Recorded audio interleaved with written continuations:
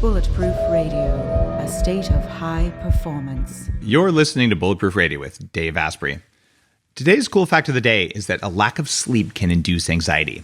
In healthy adults, well, at least they said they were healthy, overnight sleep deprivation triggered anxiety the next morning, along with altered brain activity patterns. And people with anxiety disorders oftentimes have trouble sleeping, and these new results show the reverse effect, that poor sleep, when you have it, can induce anxiety. This came out of UC Berkeley, and they looked at 18 people following either a night of sleep or a night of staying awake. They did anxiety tests the next morning. Sleep deprivation led to 30% more anxiety than people who slept.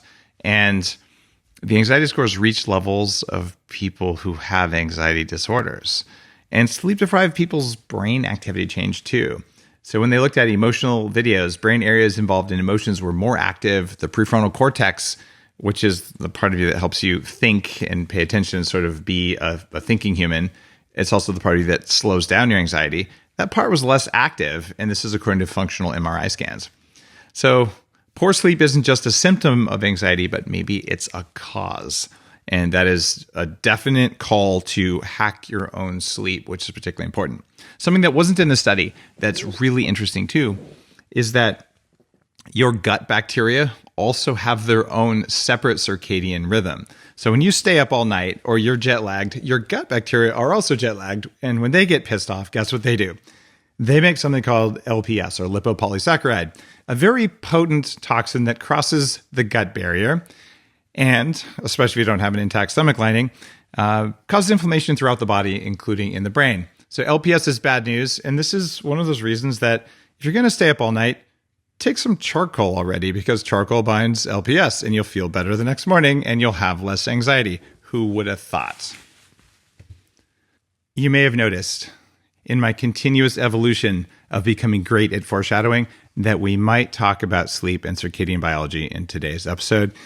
And there's a couple reasons for that. One is I'm a huge fan of understanding and learning and knowing what's going on there, because it's one of the things that's led me to perform better. And it's one of the core things that showed up in the Game Changers book, in the study of the laws of high performers, these 46 laws that came out from almost 500 episodes of Bulletproof Radio, just studying with a statistician, what are the common patterns that people talk about as being most important for them to reach the level of attainment in their life or in their career, to have done something noteworthy that is worth getting on the show. Well, sleep was up there. In fact, it's in Law 19. And that is why today I'm really happy to have a friend and former guest of Bulletproof Radio back on the show. I'm talking about none other than Satchin Panda, Ph.D., who's a leading expert in circadian rhythm and a professor at the Salk Institute in San Diego. He has written an app called My Circadian Clock that helps you synchronize your circadian biology. And his lab has been transformative because he's shown the profound impact of ambient light and daily eating fasting on preventing huge numbers of diseases like diabetes, depression, metabolic syndrome, heart disease, cancer, and stuff like that. He's also come up with this concept of time-restricted eating, and it's very related to intermittent fasting, but he says that people who eat everything within an 8 to 12 hour period can boost their circadian rhythm and maybe even reduce chronic diseases. So in February of 2018, Dr. Panda was on Bulletproof Radio in 2 different episodes. And if you didn't pick up his book about this when you heard him on those last 2 episodes, number 466 and 467, you need to pick up the Circadian Code, which is a really good overview of this. Circadian biology is tied into my work since I first read a book in 2001 from T.S. Wiley called Lights Out, Sleep, Sugar, and Survival. And her work set off my path of circadian biology. And when I got to meet Dr. Panda at the Salk Institute a couple of years ago and go into his lab and look at rat melanopsin cells and talk to his PhD researchers, I'm like, this guy is changing the world, which is why he's on for his 3rd time. Dr. Panda, welcome to the show. Thank you, Dave. That was a really nice introduction, and I'm really flattered that you are such a big fan of circadian rhythm, and everybody should be, because as you said, that's one of the foundations of better health. Uh, right before recording this episode, I was at the American Academy of Anti-Aging Medicine, and I gave a keynote talk, and I mentioned you and your work on stage in front of thousands of anti-aging doctors. And then later I was on a panel with Peter Attia, who's also been on the show. And Peter and I on our panel both mentioned your work separately. So you've made great inroads with this huge audience of people out in the trenches working with patients on making them younger, because circadian biology is one of those things we just didn't know anything about, I would say 20 years ago, at least anything relevant, and it's completely changed things. Why are we finding all these changes just in the period of time of your work? Like what happened to make us become more aware and to crack the code, given that's the title of your book? Yeah, well, circadian biology is a very interesting aspect of biology. If you think about every other field of biomedical research, there is a disease, and then people work on the disease. Circadian rhythm came started as a very simple curiosity: why we go to sleep, why we sleep for 7 hours or 8 hours, and is there a clock inside? And what has happened is, in the last 20 years, the key discoveries can be summarized into three major things. One is people discovered that just like our brain has a clock, almost every organ has its own clock. And that completely transformed how we think about circadian clocks. Second one was we also figured out that blue light is a strong agent in sunlight that resets our clock, or having exposure to blue light at night can disrupt the clock. And then the third major discovery was how food timing affects our clock. So these three really transformed how we think about health. Because if you think about now what circadian rhythm field is doing, this is the only field that's actually studying what is health, because all other fields of biomedical research study what is disease. So we can go over these three major um, discoveries or breakthroughs in circadian rhythm field. The first one is every organ has its clock. And that's a profound statement, because if we think about clock, we always think about sleep. So that means just like our brain has a clock that tells our brain to sleep for 7 to 8 hours at night, it also tells our brain that the peak time to do complex math, have complex business negotiation, or solve problem is somewhere, say, between 8 a.m. and 2 p.m. So that means if other organs have clock, they should have an optimum time to do their job, and they also need downtime to rest, reset, and rejuvenate.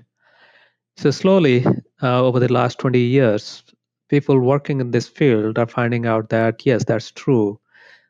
Just like our brain has a clock, liver has a clock, and it can digest food and can nurture our body for only 7 to 8 hours, or maximum, say, 12 hours, and then it needs downtime. So similarly, our gut has a clock. Even the microbiome that lives inside the gut, they have a circadian clock or a daily clock. Muscles have a clock. So now, if we think of our health is a product of our organs and hormones. And when our organs, hormones, and brain chemicals rise and fall at the right time, then our body clock synchronize and we are at top performance. So that's a very profound concept that's evolving in circadian rhythm field. Okay. You mentioned the liver quite a lot in there.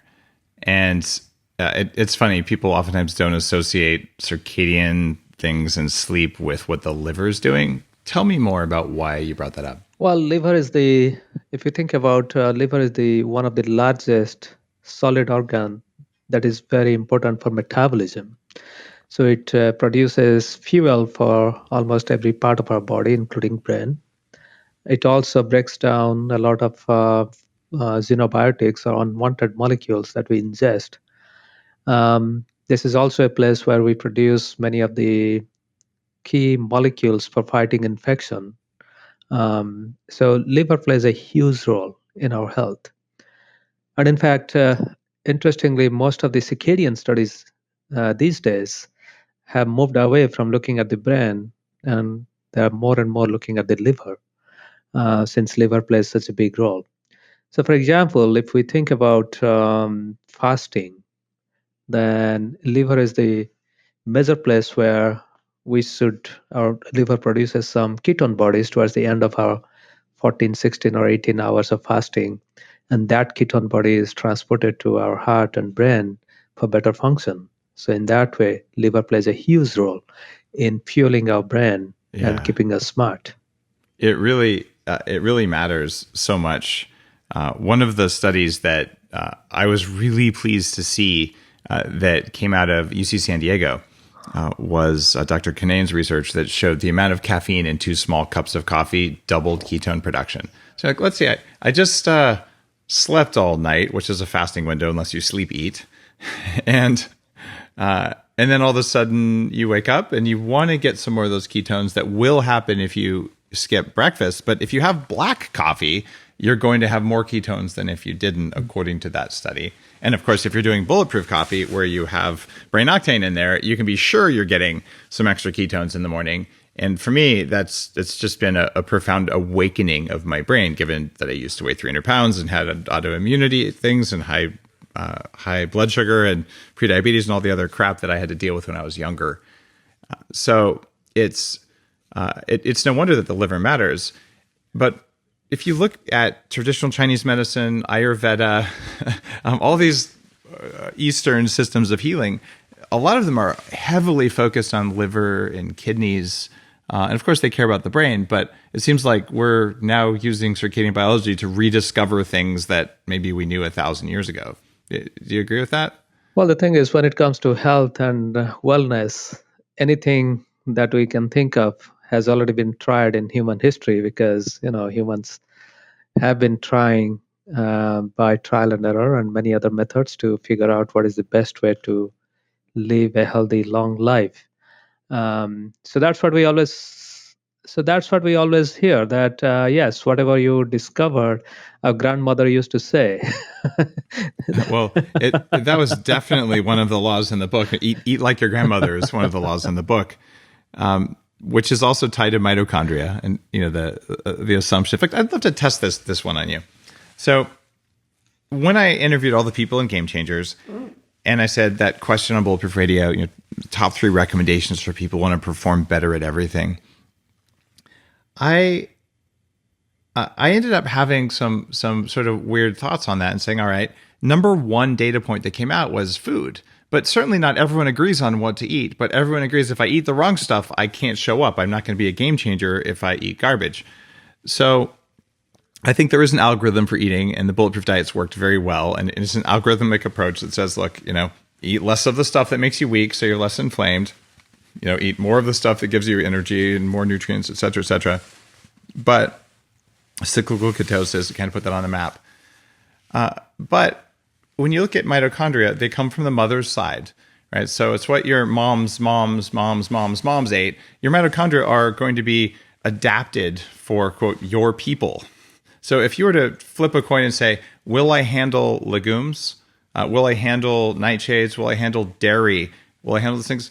It is more likely that since your mitochondria are the things that turn air and food into electrons at the end of the day, it's more likely that if you look at what your ancestors ate on that side, you'll get some hints as to where you might want to start when you're figuring out what's going to work for you.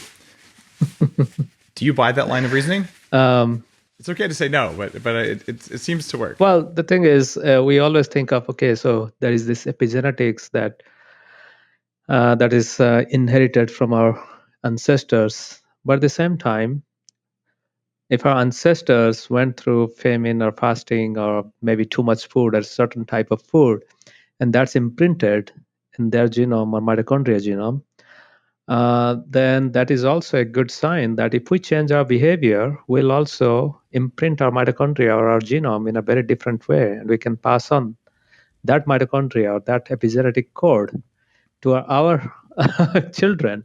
So in that way, it's it's an interesting hypothesis. People always say that whatever your parents did, that is imprinted on you. And the flip side of that coin is, if you pick up some good habit, you'll also pass on those good habits to your children. And if you pick up some bad habits, that's also going to pass on to your children. I've become more and more convinced from reading literature and just from writing Headstrong in my last big book. If you look at what the first line environmental sensors for epigenetic sensing are, it appears to be the mitochondria. And that they're the ones who would make a single cell decision about allocation of resources, more so than other subcellular structures.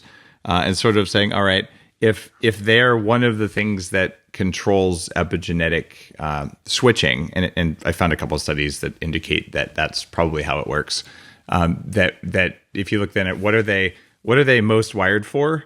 If your mother, let's say, was born at the equator, eating a relatively high starch diet, and then you in one generation move to the North Pole and try to go to an Eskimo diet, you're probably not going to like what happens biologically, right? But if over the course of walking across a land bridge over thousands of years to allow epigenetic changes to percolate through your genome, and you crossbred with some other people along the way, all right, it's fine. You're probably going to be able to handle the North Pole a little bit better. And so it's that idea that says, yes, there'll be epigenetic changes, and yes, the father's DNA, which goes to the nuclear genome, probably makes a difference here. However, if you were to close your eyes, flip a coin, and say, okay, what am I most likely to have that's compatible with my biology? Just look at your mom's history and start there, and then see what else works. That was the general thinking behind it. Well, the thing is, mitochondria genome encodes only 13 or 14 protein in the mitochondria, but more than 1,200 genes that instruct the mitochondria to function or build up the mitochondria. They come from the nuclear genome. And that's where both fathers and mothers' genes play a big role. That's correct. And also, if there is epigenetic imprinting, that will happen, more likely to happen among this few of these 1,200 genes. So that's how in the nuclear genome. The nuclear DNA. So what got me thinking about these lines was a fascinating study, and if you haven't seen it, stop me, and so we won't go too deep on it. But they were looking at starlings, I believe, some sort of small bird. It might have been a different one, and the population split a couple thousand years ago. Half of them live outside Cabo, and half of them live outside Portland. And over that time, their mitochondrial DNA mutates to help them be more optimized for the Pacific Northwest versus the sunshine. Well, researchers took these two populations and said, I wonder if they can crossbreed. So they crossbred them, and they found that the offspring had relatively high degrees of chronic illness. And they said, well, this is a mismatch between the nuclear DNA and the mitochondrial DNA, and that the wiring diagram didn't match the physical infrastructure. Those 1,200 genes didn't line up very well with the mitochondrial DNA.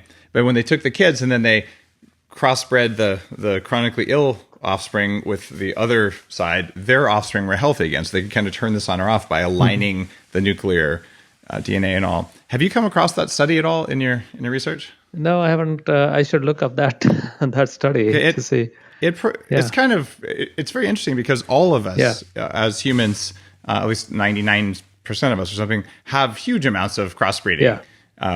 Where you look back and my 23andMe says, "Oh, Dave, you in the 1700s you have a full-blooded Native American ancestor." I'm like, we had a family legend that might have been the case, but we had no data. So okay, apparently that was true. I don't know what that means. But it means that there's no such thing as kind of a perfectly matched mitochondrial DNA to nuclear DNA. But I think that may be affecting chronic illness, and it seems like it's probably stuff that's hackable. So it's a fascinating world, but you haven't gone down that path in your research. Okay. Now, what we know is the mitochondria, they repair themselves and divide and fuse together. So this happens on a daily basis, and there is a circadian rhythm to that. So the mitochondria will divide, and then we'll get rid of the bad portion of the mitochondria, and then the good mitochondria will fuse together to make good mitochondria. And having a strong circadian rhythm helps nurture this cycle of rejuvenation of mitochondria on a daily basis. because if we accumulate those mutations in mitochondria DNA, then even though we have 1200 genes in the nucleus that constitute the mitochondria, this tiny part of mitochondria DNA, if that is mutated, then that can cause a lot of problems. So it's a nice mechanism to divide, get rid of the bad mitochondria, and then fuse again. And that's strongly driven by circadian rhythms. Well, let's talk a little bit more about circadian rhythms. Sleep came up very high on the things that high performers do in Game Changers. And it led me to create Law 19 in the book. And the title of Law 19 is Waking Up Early Does Not Make You a Good Person. And the subtext for that is there is no morality in waking up early or staying up late. There's a huge amount of power in finding out when you sleep best and building your life so you can sleep then. And the point for that is that one of the other laws is what you do in the morning really does matter, sort of the miracle morning perspective from Hal Elrod, but that the definition of morning for an early riser is different than the definition of morning for a late riser, and that knowing when to sleep seems like an important thing to discover so you can show up all the way. Talk to me about what you've seen either in the lab or in other readings, other research around proper wake-up time, and is it the same for everyone? Well, your day actually begins when you go to bed the previous night, because that determines how long you will sleep, how long you will reset your brain, and then how fresh you wake up in the morning. So if somebody is going to, so one but rule of thumb is most sleep researchers agree that an adult should be in bed for 8 hours. I'm saying should be in bed for 8 hours. So out of that, somebody may get 6.5 to 7 hours of sleep. So that means if someone wants to wake up at 6 a.m., then this person should aim to go to bed at 10 p.m. at night. And then the question is whether people who wake up at 6 a.m. versus 8 a.m., 9 a.m., or 10 a.m., are there any difference in performance? I think that's where the wake up time is not as important as how many hours you slept. The person may be going to bed at 3 a.m. and waking up at 6 and maybe getting 3 hours of sleep. We know that that's not going to bode very well for next day's performance. But when people wake up late, then the thing is they're more likely to have a better night's sleep. And because what is happening is in modern days, we have to stay awake late into the night for many different reasons. We have to have our social life, or sometimes the kids come back, the parents help them with homework or something else. So in that way, our sleep is getting delayed. And people who wake up later, maybe they are getting better sleep. One nice study on that, not on older adults, but on high school students, just came out. It's a nice collaboration between Horacio D'Iglesia from Seattle and our lab. What happened was, a few years ago, there was this hypothesis that teenagers are not getting enough sleep when they wake up in the morning and go to school very early. So maybe delaying their school start time will help them. So Seattle School District, which is the largest school district in the US, decided to delay the high school start time from 7:30 in the morning to 8:30 in the morning. And there was a big resistance from teachers, because teachers and parents, they are likely to wake up early, and teenagers are likely to wake up late. And so that's why Seattle School District was very eager to see whether the delayed school start time has a better effect on students' performance. And Horacio and his team monitored 200 students from two different schools when the school start time was 7:30 a.m. And they monitored them with very high grade, this FDA approved medical grades, sleep trackers and activity trackers for 75 up to 75 days, for up to almost 2 months before the school start time changed, and also tracked their grades and tracked their absenteeism or tardiness. And then after the school start time changed to 8:30, he again went back and collected the same set of data from 200 students. And then the results are pretty clean. Over the last 100 years, US adults and teenagers have lost 1 hour of sleep. So that means in every year, we are losing around 0.6 minutes of sleep. And what he found is by delaying school start time by an hour, these students got 34 minutes of sleep. So that means we turned the clock back among Seattle school students so that now in 2018, these students are sleeping as much as students in 1950 were getting. That much sleep.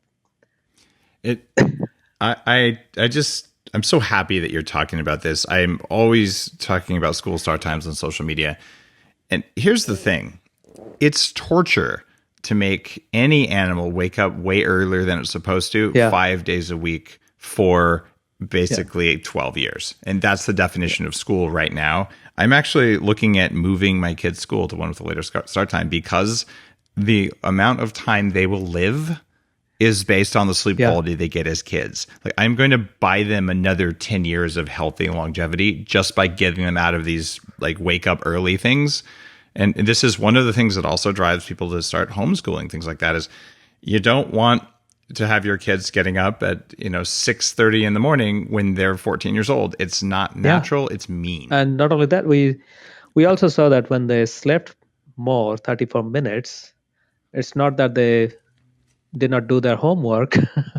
Actually, they improved their grade by nearly 5%.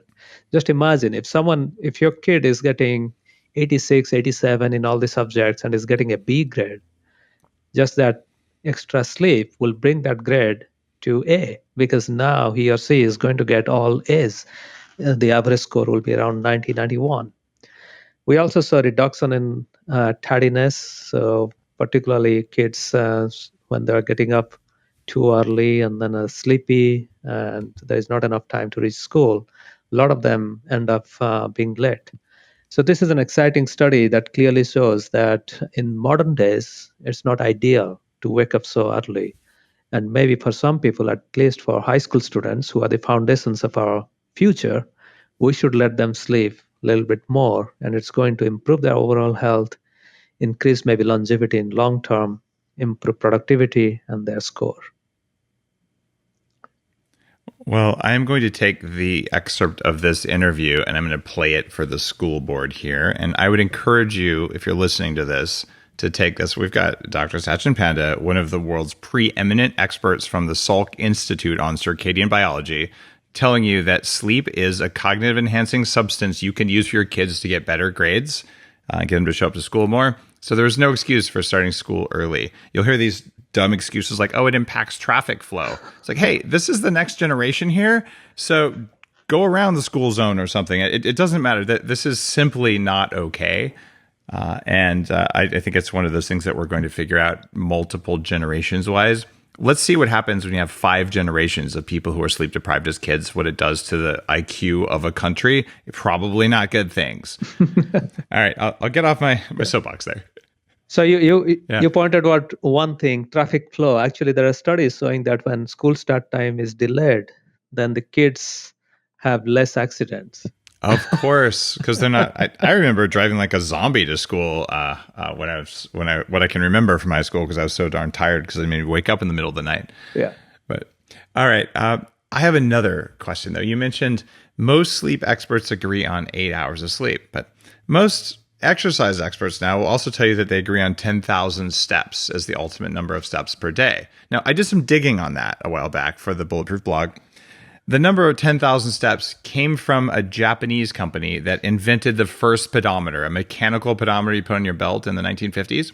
So they just made up the number from thin air and told everyone in marketing that 10,000 steps was the ideal. And to this day, we will swear up and down that 10,000 steps is a magic number. It is not a magic number. And when I looked at the data on sleep and found that the people who live the longest from a 1.2 million person study that went for 3 years, that they only sleep 6.5 hours a night. Yeah. I'm like, I don't care if most sleep experts say that you should sleep 8 hours a night, because it's apparent that sleeping more than 8 hours a night is actually dangerous compared to sleeping maybe 7.5 hours. So where does 8 hours really come from? And do you believe that, having seen rat melanopsin sensors in labs and petri dishes and all that? Like, how much BS are we dealing with? Well, the epidemiology is right. The self-reported 6.5 hour of sleep correlates very well with longevity or disease-free life. When it comes to 8 hours, it's not 8 hours of sleep. It's 8 hours in bed. That's what I always tell people So that. it's what else you're doing in bed that makes you live longer. Okay, that changed the whole equation. Yeah. So when I always tell people, aim for 8 hours in bed. And we know these days when people go to bed, they're checking emails and doing other things. And then when they wake up, sometimes they wake up and then they're still tired. They check their email and other stuff before they get out of the bed. So that's what we say, that target 8 hours in bed. Okay, 8 hours in bed, no matter what you're doing. I might be able to get away with that. The other obvious thing there is, if you can reduce sleep latency, and this is a measure of how long it takes you to fall asleep. Think about this. My sleep latency is usually under 3 minutes because there's breathing techniques and other stuff like that. And I've done enough neurofeedback. The voice in my head is generally pretty quiet. So I lay down, close my eyes, say go to sleep, and then I'm out. And I can do that whether or not I'm super tired or not. So I don't think it's sleep deprivation that does that. But imagine if you took 20 minutes. Okay, that extra 17 minutes of your life every day for the rest of your life, this is one of those things that you must hack that, because 17 minutes is enough time to do high intensity interval training that day and still have more time. Like it's a really big savings. Do you have anything you've learned from all the work you've done specifically with lighting or food or anything else about reducing sleep latency so people go to sleep faster when they want to in bed? Well, there are a few things. Means you have already hacked how to do your neurofeedback. One thing is, what we are finding, people who do time restricted eating, and particularly if they stop eating 2 to 3 hours before bedtime, that helps. Second, Yep. reducing exposure to blue light for 2 to 3 hours before going to bed. Yeah. That also helps. And this is much more important because now, actually, I have a app that we just built up from the lab called My Lux Recorder, one single word.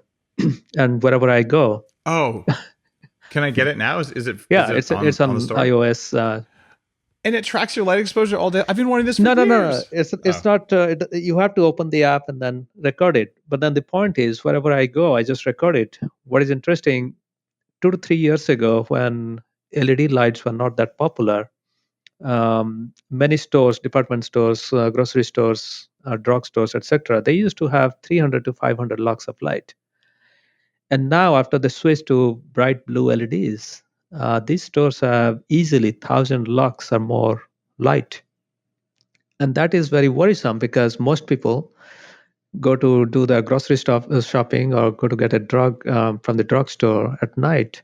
And when they go, they spend at least half an hour in this bright blue light. Yes. So one more thing I got to add is if you're going out of your home and going to a drugstore or a grocery store or any store these days, then make sure that you are less exposed to blue light. Maybe this is where blue filtering glasses will come handy, because in many cases we cannot just stop up going to these stores at night. That's the only time we may have to go shopping.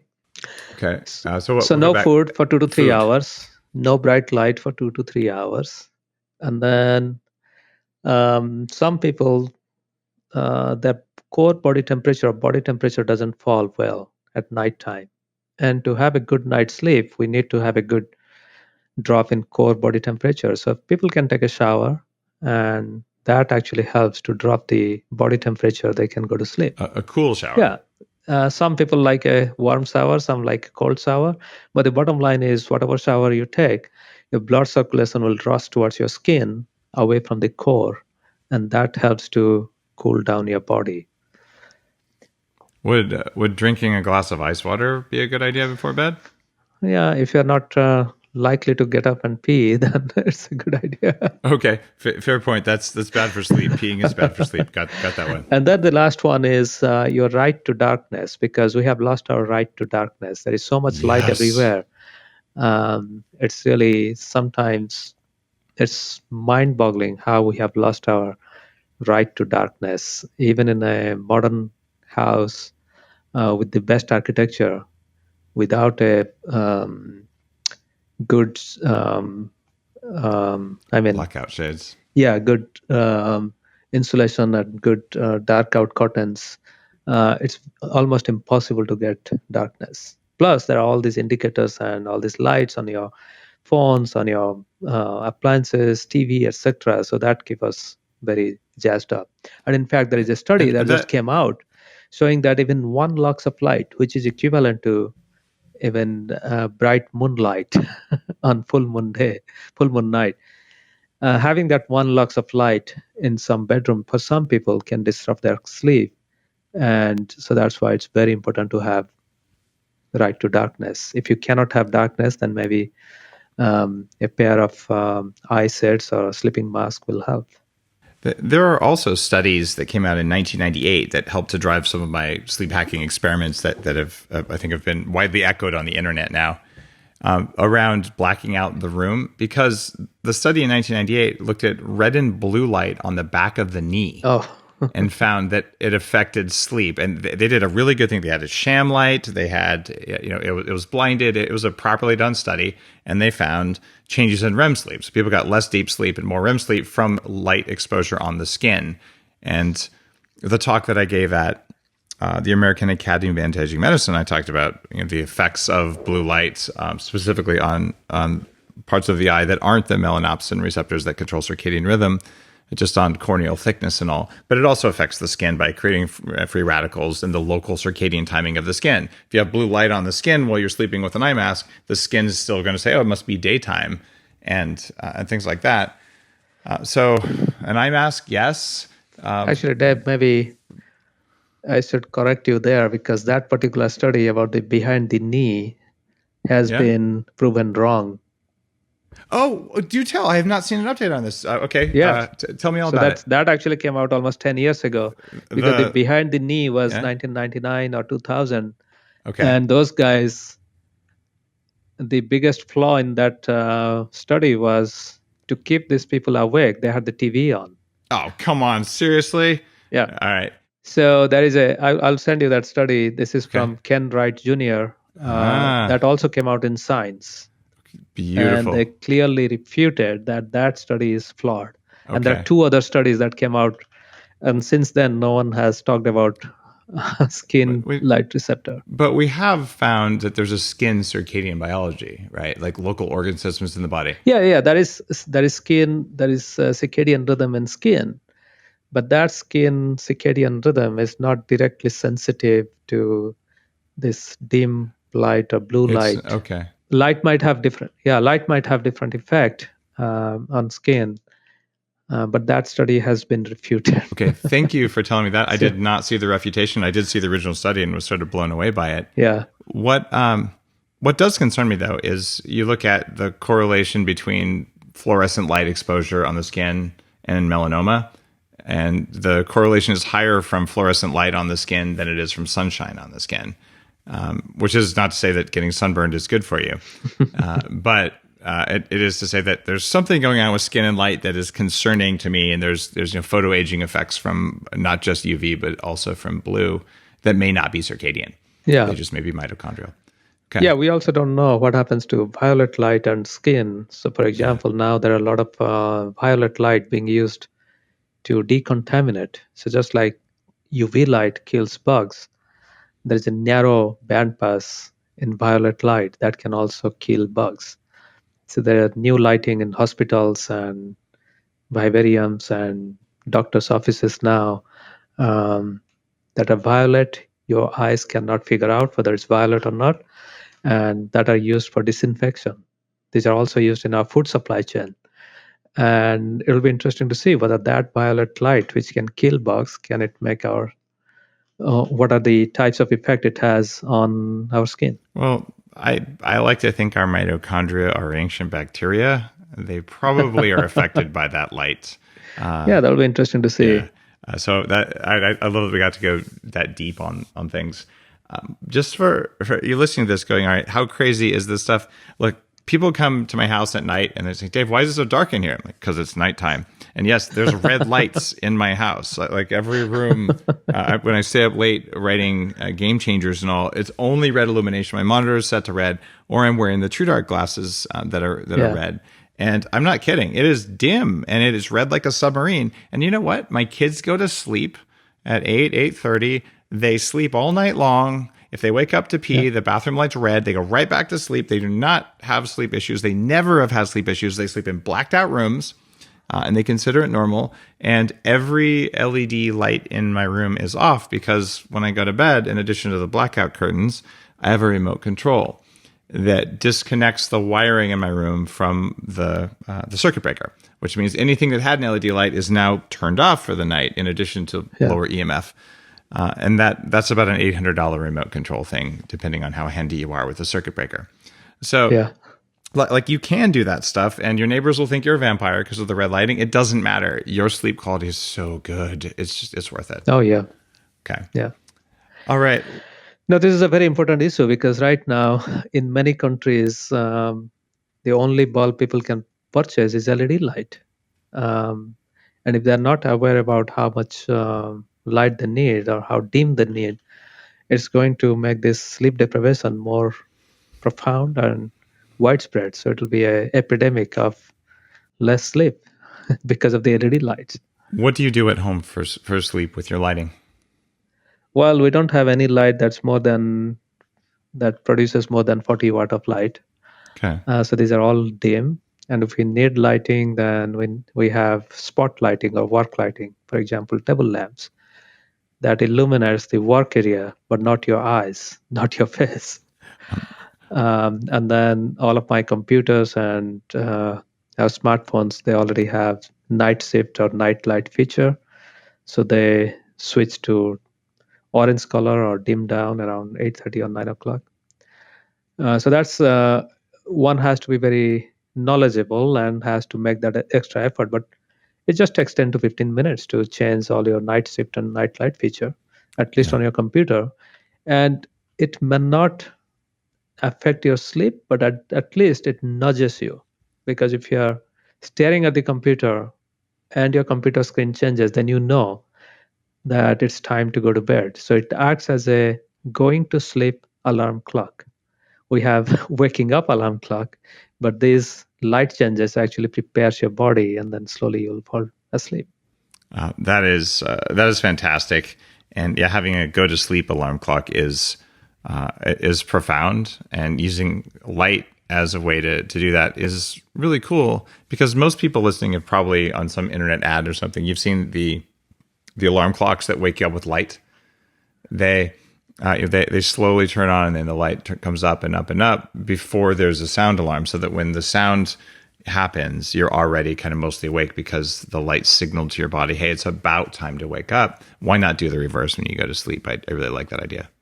Yeah, I think slowly many of the building control systems will incorporate this idea. And just like your Nest thermostat cools down your home or warms it up before you get home. So similarly, maybe all the lightings in the house will slowly dim down, starting from the kitchen. Yeah. Kitchen should close around 6:30 or 7, so kitchen should become dark, and then slowly the living room, and then you'll be nudged to go towards your bedroom. I love it. And while we're at it, I just gotta say, manufacturers of TVs make it relatively annoying to dim the backlight on your TV, but dim it so that it's as dim as is comfortable during the day. And when we watch something after the sun's gone down, I screw around on the remote until we've got the backlight turned down to 0 or 1 on a scale of 20, so that we're not staring at a bright, super blue light source. And the difference is very noticeable. You actually get less tired and stressed when you're watching TV anyway. And it doesn't affect sleep as much. These are things that are based on hardcore biology of what's happening in the eyes, but we're not aware of them. And none of this is about what you eat, although you and I both are in agreement. You know, circadian timing of food matters, and eating windows. But the light thing is something that I think junk light's as bad as junk food. You know, would you eat a big bowl of French fries? I would hope not. And would you stare at bright white LEDs right before bed? I'd hope not, because they're kind of equivalent in terms of doing bad things for you. Yeah, it's almost like timing makes a healthy food junk. Similarly, timing can make healthy light junk. Yeah. During daytime, we need that blue light, bright light, but at nighttime, that's just junk light. Yeah. And even too much blue light during the day, it's not going to necessarily disrupt your circadian rhythm, but it can Yeah. certainly cause eye strain, stress, and maybe macular degeneration, according to some of the stuff that I've read. Any concerns about excessive blue without matching red and infrared during the day? These days, people don't get enough blue light. That's the biggest concern Oh, because because what we're they're not outside.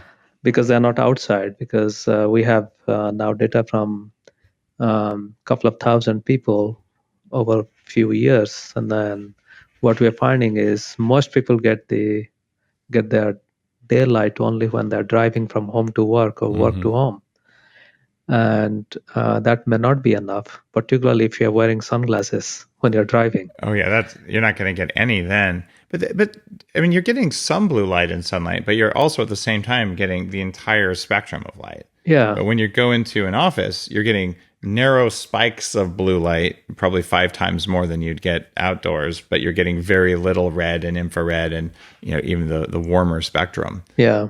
Any concerns about sort of the mix, or like fat, protein, carbs, like what type of fat, protein, and carbs, and what are the ratios? Do you think that matters for light, or maybe not for circadian reasons? No, I think that matters. I think there will be more papers coming out this year or the next showing how other spectrum of light have better benefit for our health and well-being. Okay. And one is there is this idea that having a good ratio of red, green, and blue, which is similar to what we get in daylight, is good for our eyes. So, for example, now people have shown, and it's kind of a widespread phenomena, that as children are not exposed to daylight too much and they're mostly exposed to narrow spectrum of light indoor, their eyes don't develop well. So they have myopia Yeah. and they need glasses very early on. And the idea is maybe the rod and cone cells are not getting the right proportion of light, red, green, and blue, and that's making the eye to bend slightly differently or the cornea to bend differently. That leads to myopia. So the bottom line is, if we can get as close to daylight in our indoor lighting, that's much better. And the best way to get to daylight is to have large window and bring some daylight in. Yes, but then again, the Salk Institute's in San Diego, and you're right on the water, and it's probably the most beautiful campus anywhere. But I'm in the Pacific Northwest. I could open the windows, and all I see is gray schmutz. I mean, should I be putting sun lamps in? No, I think even with that gray light, you still have 1,000 to 1,500 lux of light coming through your window inside home, and outside you are still getting 10,000 lux of daylight. So that's good enough. But if you want Right. to crank it up, particularly, when you go 5 feet away from the window, your light level is dropping. Yeah. And if you want to bring in some daylight, then maybe you can crank it up with some artificial daylight. That's definitely what I do. I grew up in a desert, and it just feels dark up here. So during the winter, I feel much better. I've got a really bright halogen light here that makes a big difference. The other thing that I don't know if there are studies yet, but I put a red LED light either in somewhere in the ceiling or behind the monitor. Yeah. So that I'm just changing the ratio. So I figure if I'm going to get more blue light, I might as well get a little bit of red. And ideally, like I said, we're going to know the perfect mix for us. But in the meantime, I just know that our ratios are way off with indoor lighting and monitors. So I'll do what I can to balance out the short wave light like blue and the long wave light like red. And it seems to make my brain work better, but I don't have great science on that. You say anything about the idea of changing the mix, or that's all coming in the next couple of years? I think there are a couple of studies showing a red light illumination followed by blue actually improves your brain function. Yeah. That was a sequential illumination. So it'll be interesting to see whether the mixture does better than the sequential illumination. So that was a human study with fMRI and everything. So it was a very solid study. Here's a hack for that I've been doing for years. I have a light in my shower that's wired in on a switch that's red. So when I'm showering, I got a red floodlight in the morning, and then I go out, I'm going to get my blue light. And, Yeah. maybe I'm a super dork. I admit I am. But I think that stuff helps. And maybe it's just a little bit here and there. But I'm happy you mentioned that study because I don't know about that study. Yeah. I want to ask about more of your work. I think that informed the Circadian Code, your book. You talk about a single gene that controls central timing system in the body and that pair of genes that keep eating and sleep in sync. Can you walk me through those genes and what they are? Yeah. So, well, there are at least now a dozen genes that Yeah. form this circadian rhythms, and one of actually the name of one of the genes itself is clock. and, and this gene pairs up with another gene called BMAL. So this clock and BMAL, they turn on other sets of genes, which are also called period, cryptochrome, reverb, and few other genes. And these genes turn on, and it's almost like you can think of, it's like a ice maker in your freezer. When the ice maker starts making ice, yes, for next few hours it will make ice until it reaches a level where it touches the sensor in the ice maker, so the ice making stops. Right. So similarly, clock and BMAL will drive these genes to some extent, and then they will stop because these protein levels will build up and will tell clock and BMAL that that's enough. Let's stop now, and then the ice will melt, or in this case, this protein level will go down. So this thing happens in every 24 hours. There will be buildup of this ice or these proteins, and then for the next 12 hours, they will go down. And so that seems to work almost in every cell. Every brain cell, every skin cell, every stomach cell, every cell has the same circadian clock. But what is interesting is so then the question is, what is the function of circadian clock? What is it really doing? So what we think is clocks do a few things. One is it anticipates events. So for example, before we wake up, clocks in our brain and body work together to build up a day hormone, in this case cortisol, and warm up your body, make your heart beat slightly faster, breathing becomes faster, so that when you wake up, you're actually full of energy. So that's why having a good circadian clock and good night's sleep makes you more alert and energetic when you wake up, because your body can anticipate when you're going to wake up.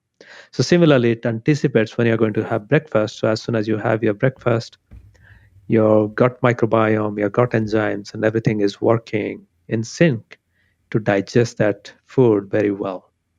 So one is anticipation, and then the second one is to separate incompatible process so that you don't feel hungry in the middle of the night, because feeling hungry and sleeping are not compatible. You cannot eat while you are sleeping. That's a very bad combination. Mm-hmm. So similarly, a body cannot make fat and break fat at the same time. Our body cannot make cholesterol and break cholesterol at the same time. So having these things to be done at different time actually improves productivity of our body. And in my book, in 4 to 5 chapters, I go over how the clock in gut works, how the clock in our liver and kidney they work with the same principle, so that we are at peak performance. Do you think that we're going to find more genes? And if we do, are they going to be nuclear genes or mitochondrial genes? Well, this field of circadian rhythm is really rapidly growing, because we know that these genes are not acting alone. And almost every month, we're finding a new gene that collaborates with one of the central clock genes. And in that way, these clock genes work with many different pathways.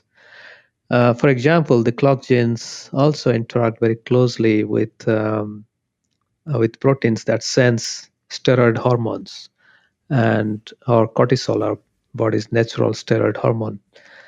So in that way, what clock genes do is they damp out the effect of excess steroid at the right time and can amplify the effect of steroid at another time.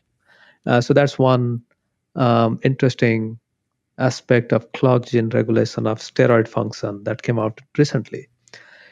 Similarly, there are also new data showing that the clock genes interact with the inflammation pathway. And that's very exciting because if you think of inflammation is a body's natural response to an infection, or maybe from our gut when we get LPS leaking into our bloodstream, then our immune system has to respond to it. But at the same time, the inflammation should continue only for a few hours and then that should damp out because having continuous inflammation is bad. So this new interaction between clock genes and inflammation pathway is showing that the clock genes help inflammation to turn off after a few hours. And when we don't have a functional clock, then inflammation continues linearly, and over time, it can accumulate and lead to chronic inflammation. So similarly, we're seeing that clock genes affect many different pathways, and this is how we now connect clock genes to cell division or tumor formation or cancer prevention, clock genes to even neurochemicals or the neurotransmitters, how they signal inside the cells, so that we can sensitize the brain cells to neurotransmitters only for a certain time of the day and then switch up their sensitivity so that our brain can go back to sleep and sleep better at night. So this is an expanding area where we are continuing to see right now, there may be 5 dozen different genes that directly interact with clock genes or the clock gene products. And this number is going to grow in the next few years. So people who've read the Bulletproof Diet or Headstrong or have listened to the show for a while, they know that inflammation from any cause is something that you've got to get on top of if you want to perform really well now and die a lot later than you otherwise would. Like inflammation trumps cholesterol and a lot of other things. Yeah.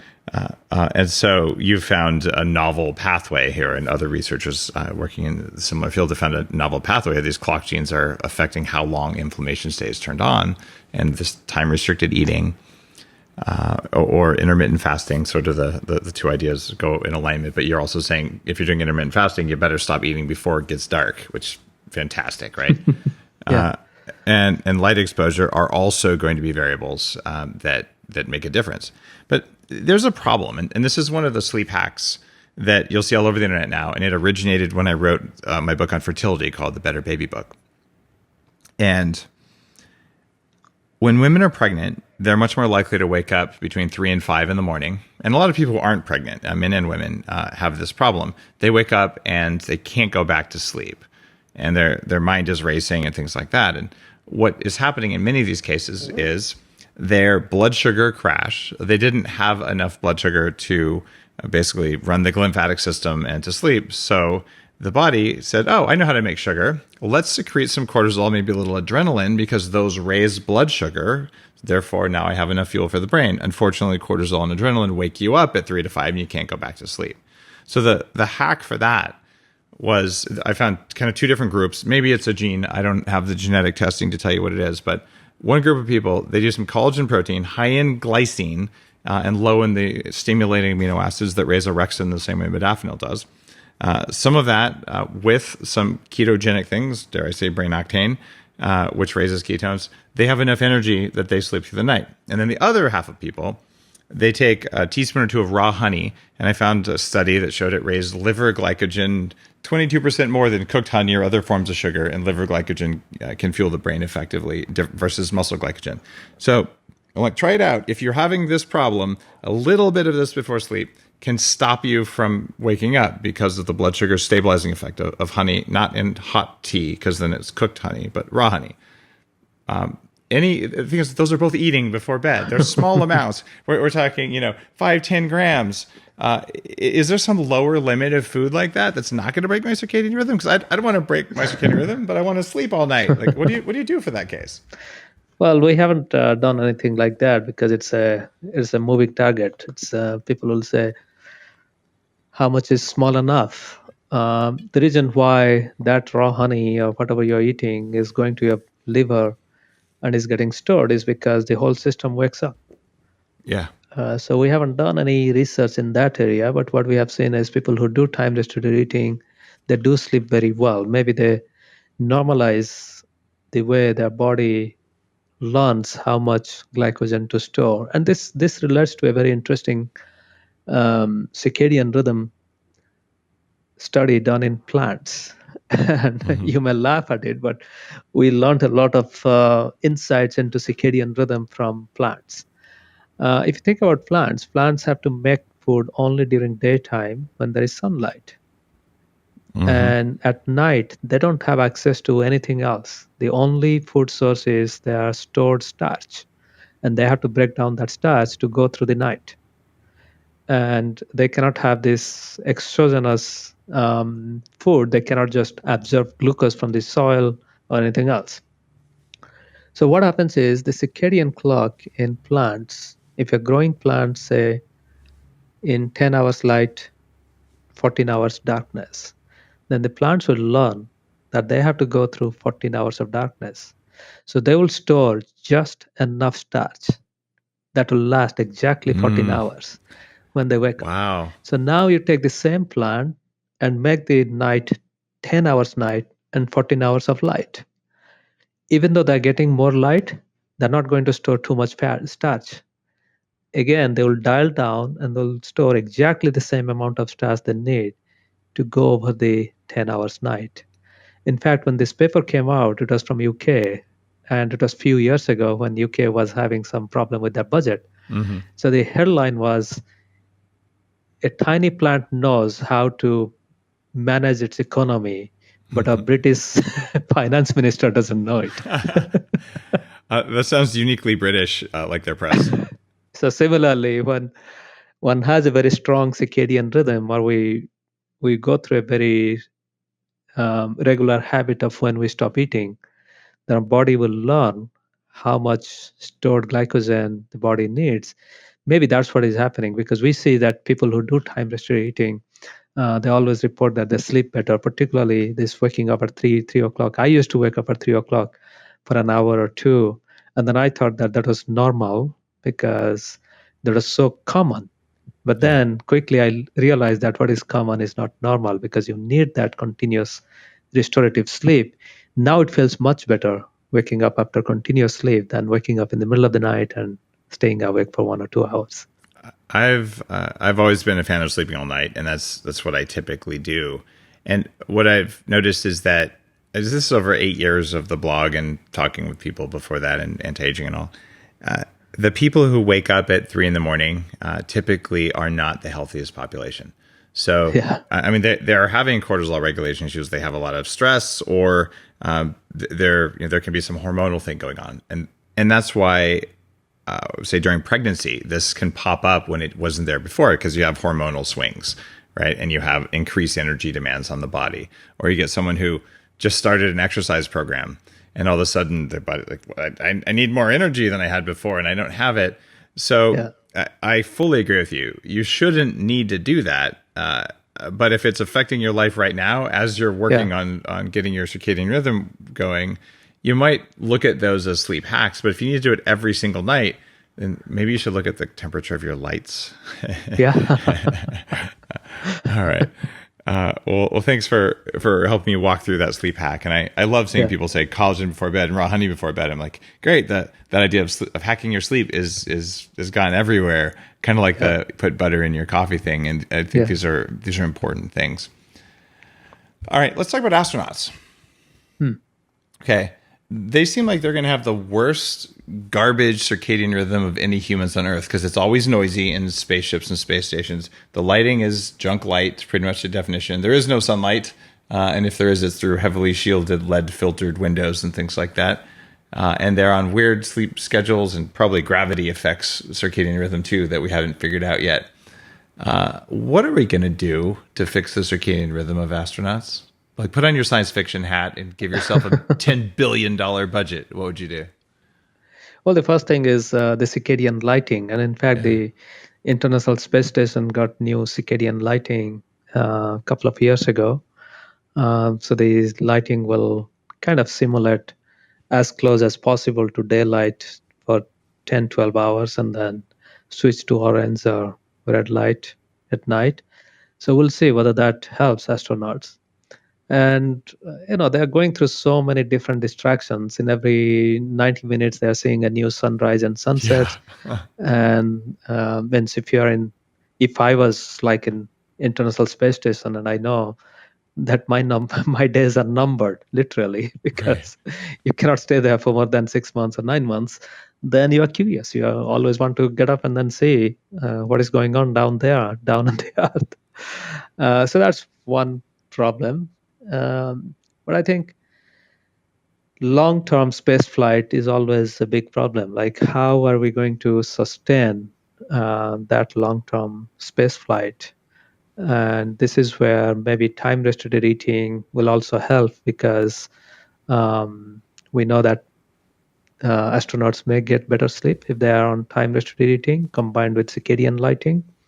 And maybe we'll also see whether the astronauts can go through slight caloric restriction, because calorie restriction or reducing calories even with time restricted eating will naturally boost their ketone bodies, and that will help to keep their brain sharp, because we don't want them to be dumb, or we don't want them to be too tired. So finding that sweet spot where their body can generate enough ketone bodies to keep their brain working, and during fasting they can also lower their core body temperature, and in that way they may need less oxygen, because oxygen is a big commodity in space Yeah. station. And it all depends on how much oxygen. It's very simple math: how much oxygen, how much water you can carry with you. And if you can slow down metabolism, because they're not running really 20,000 steps coming back to your pedometer, Right. and they're not expected to do heavy weightlifting, although that's necessary to maintain their muscle mass. And this will be a long-term study to figure out how to reduce or maintain metabolism with a modest range that will reduce demand on oxygen, reduce demand on water, reduce demand on how much recycling they have to do, at the same time stay at peak performance. And I don't see that the lifestyle that we have on earth, eat whenever we want and eat too much food or get exposed to junk lighting, all of these things will help them. So I think that may be the case. That may be the ideal situation where we can figure out the optimum circadian code to keep astronauts fully active and fully productive for a very long time without compromising their health span, lifespan. And if we can figure that out, just like many technologies that we use started from the International Space Station, maybe the optimal circadian code for astronauts will trickle down literally to the earth and we can figure out the best way to live. I'm hopeful that it's a two-way street. We'll have more effective astronauts who can go to other planets and do cool stuff. But if we don't hack this, we have an issue. Yeah. You mentioned something important about caloric restriction, and there are studies now that show eating too many calories, of any kind of calories, makes you age faster. And there are studies that show eating too much animal protein or other amino acids that are found in animal protein that are also found in vegetable protein, things like to some extent glutamine, but methionine, tryptophan, and cysteine, that these affect mTOR. They make you age more quickly, and they're not good for you in excess, even though they're required in small amounts. So we know that eating too much of anything is bad. I mean, eating too much protein is bad. Eating too many carbs is bad, and probably eating too much, certainly of the wrong kinds of fat, is bad. And eating too much fat that's high calories, so you're going too many calories, that's also bad. So I've written in a couple of my books about longer fasting than time-restricted eating or intermittent fasting. I've talked about 24 and 48-hour fasts, and I regularly do a 24 to a 48-hour fast, probably at least once a month, sometimes more often. What is your take on longer fasts, maybe even going to up to 3 or 4 days where you're just having water, or I'll do water and black coffee because, I mean, come on. But during that time, what is that going to do to my circadian rhythm? Is it advisable? How does that line up with the circadian code? Well, the circadian rhythm still continues with longer fast, Okay. and it actually goes through a longer rejuvenation, maybe. um, we haven't looked at longer fast in animals because animals don't like this very long fast, water only fast for 2 to 3 days. And in humans, we know there are a lot of studies from other groups showing that longer fast are very good in reversing or managing many chronic disease. And we know that longer fast will activate autophagy pathway to much higher levels, so that will help. Longer fast might also increase your ketone body production, and that also helps. So all the indications are yes, longer fast, if you can do, are beneficial for the body. And it's not going to disturb the circadian clock because the circadian clock is an internal timekeeping mechanism that continues even without calorie. And that's how it will anticipate when you should go to bed, when you should wake up. And in fact, people who do longer fast, they always report that it's not that they cannot go to bed because they're hungry. They actually go to bed much better, and they have their good night's sleep even during longer fast. Yeah, I sleep well during longer fasts. Yeah. One question for you. When you exit a longer fast, now we know that you're more insulin sensitive in the morning. In fact, if you were to do intermittent fasting and probably time restricted eating, if you were to do it, ideally, you'd probably have a giant breakfast and skip dinner. It's just no one will do that. None of my coaching clients ever want to do it. I don't want to do it because dinner is a big part of our social life. Yeah. And it's you have to be kind of like a lone wolf programmer to pull off that lifestyle. So you finished a 48-hour fast. Do you finish it with breakfast or finish it with dinner? Well, when you finish a 48 or 72 or multi-day fast, breaking the fast is not easy because your body has forgotten food. You don't have that appetite for a big meal. So usually you break it with a small meal. So in that way, Like a 1 pound ribeye steak, the way I do it, or just kidding. I don't know how you break it, but for me, the first time I break, it's usually a small salad or Okay. a fruit, something like that. So I'm not hungry. And Yeah. when I It's do, surprising. Yeah, you're not yeah, hungry at all. when I do long fast, it's usually 4 or 5 days minimum. So by the end of 4 or 5 days, you have to force yourself to eat. Mm-hmm. And so I usually break the fast in the afternoon because that's when I have time to break the fast. Because as you Okay. know, it takes even for that small salad, it takes relatively long time to even force that.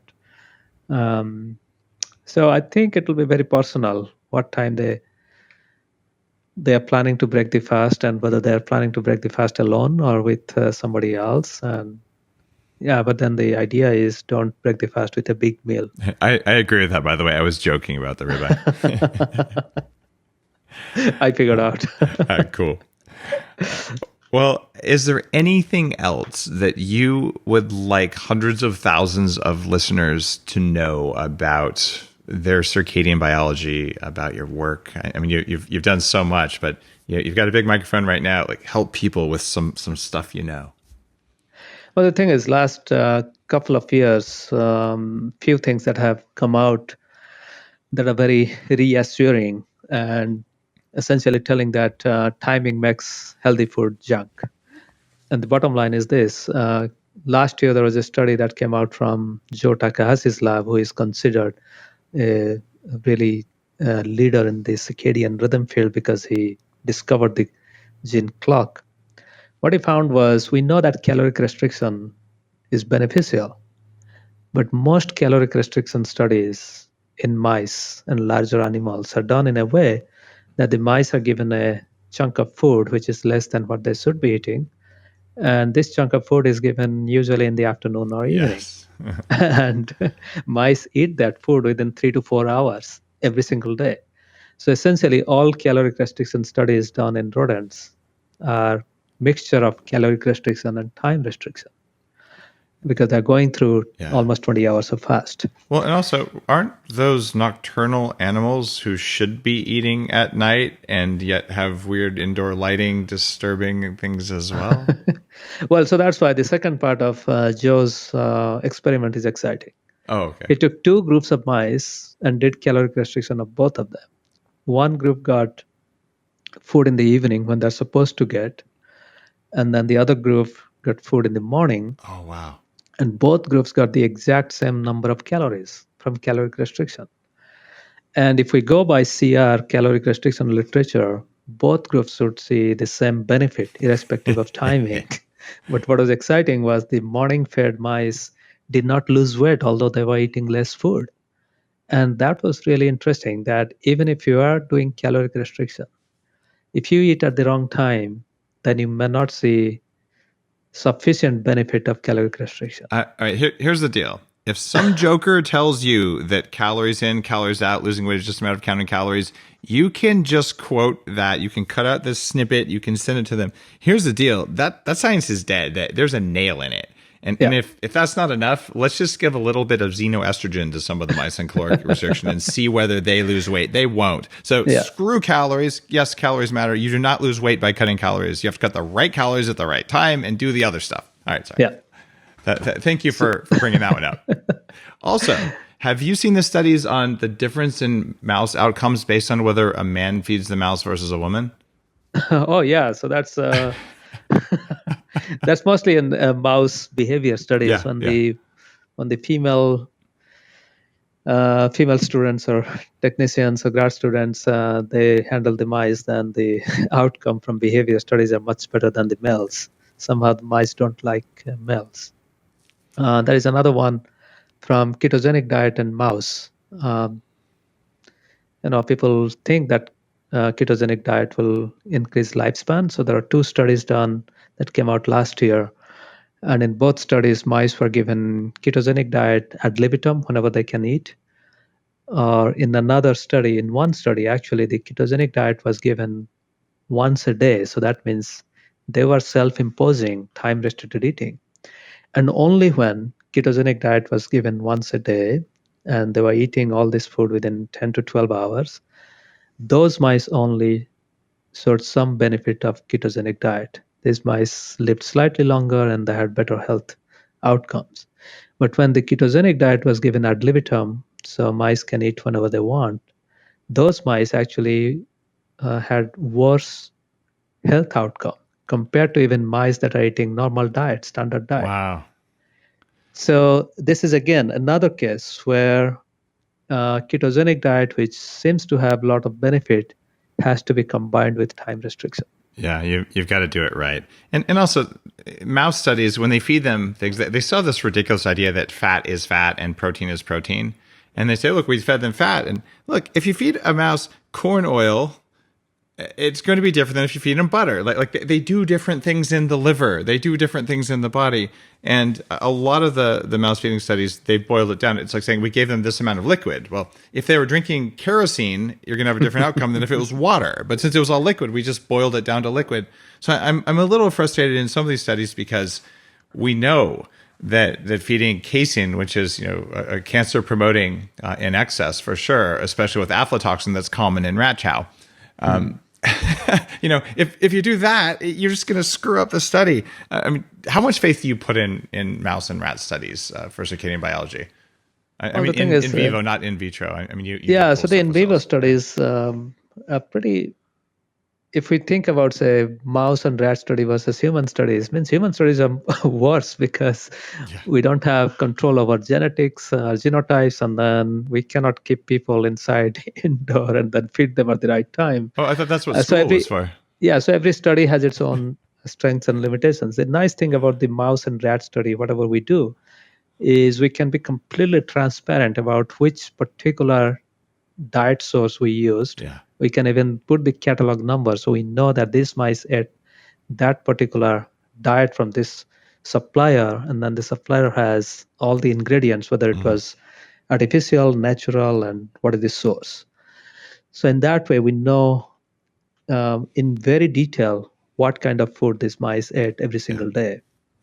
So just like you said, in retrospect, for example, if we figure out that this particular food component can cause cancer or can cause some adverse side effect, we can always go back to the study and then check whether that was causing some problem. So that's the nice thing about the laboratory study is everything is transparent and everything we know what happened to the mice and at what age the experiment was done, even from which source the mouse came. So for example, now with the gut microbiome, we know that if we get mice from one supplier versus the other supplier, these mice were born in different cases, so they might have different gut microbiome. That can affect our outcome. Oh, yeah, that's right. So, in fact, that has been shown now that one vendor, when mice were procured from one vendor, then they fared very badly with the diet, whereas the other vendor, mice fared very well.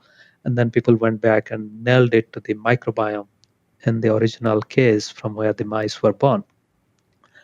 So those are the kind of stuff we cannot do in human because we cannot keep track about the life history. So I agree that a lot of the mouse experiments may not translate to human, but at least we have more transparency and more knowledge, more information about the mice, their genotype, their microbiome, their diet, the light dark cycle. For example, all mice in all vivariums go through 12 hours of light and 12 hours of darkness. That's standard. And we don't even have that for any human studies because every human is very different. They will have different sleep pattern, different light exposure. So that's the beauty of mouse experiment. And that's also the weakness because we can always go back and say, well, you did this wrong, or you did it only in young mice and you cannot translate to older mice. And many of the mouse experiments in metabolism are done only on male mice, not on female mice. But at least we know that those are done only on male mice. Got it. So I think there's great data and knowledge in them, but if you take one study, like I'm pretty sure they didn't account for the cycle of the moon and all these other things that no one thought might matter, but it might. So yeah. Beautiful. Satchin Panda, your work is truly groundbreaking on circadian biology. I will never forget standing there in your lab and looking at retinal cells from a mouse on a high-powered microscope and like, hey, do you see those melanopsin cells studded with mitochondria? That really helped to shape some of my thinking for Headstrong. And I'm grateful you took me on that tour of your lab, and grateful that you've come on the show and that you wrote the Circadian Code and really have just pointed out this idea that it's not just intermittent fasting for keto bros, but that it's when you're doing it, that it's time restricted eating, and that you've talked about it in the context of your mom. Or she got healthy, or she's not doing kettlebells, she's not doing anything crazy, but her type 2 diabetes went away because she followed stuff in the Circadian Code, and so I think you're changing a lot of lives with your work, and I'm glad you're doing it. Thank you so much, Dev. I'm always happy to be on your show. I've got a final question for you. Yeah. Because I've been really public. I was just in Men's Health, where I'm doing everything in my power to live to at least 180. And, I figure I've seen people do 120, so I know it's possible. And I figure I have a pretty unfair advantage because, well, I can start now and I have a lot of knowledge, and et cetera, et cetera. So maybe I can do that. And I'm guessing that over the next 75 or so years, we're going to have a few advances in human life extension based on the technology stuff you're working on, stuff that many friends are working on. I get to see behind the scenes on the anti-aging movement. So I'm counting on some tech to help me there. So that's my number. What's yours? Oh. How long are you going to live? Oh, how long I'm going to live? Actually, I don't want to live too long because, I'll lose many of my friends and...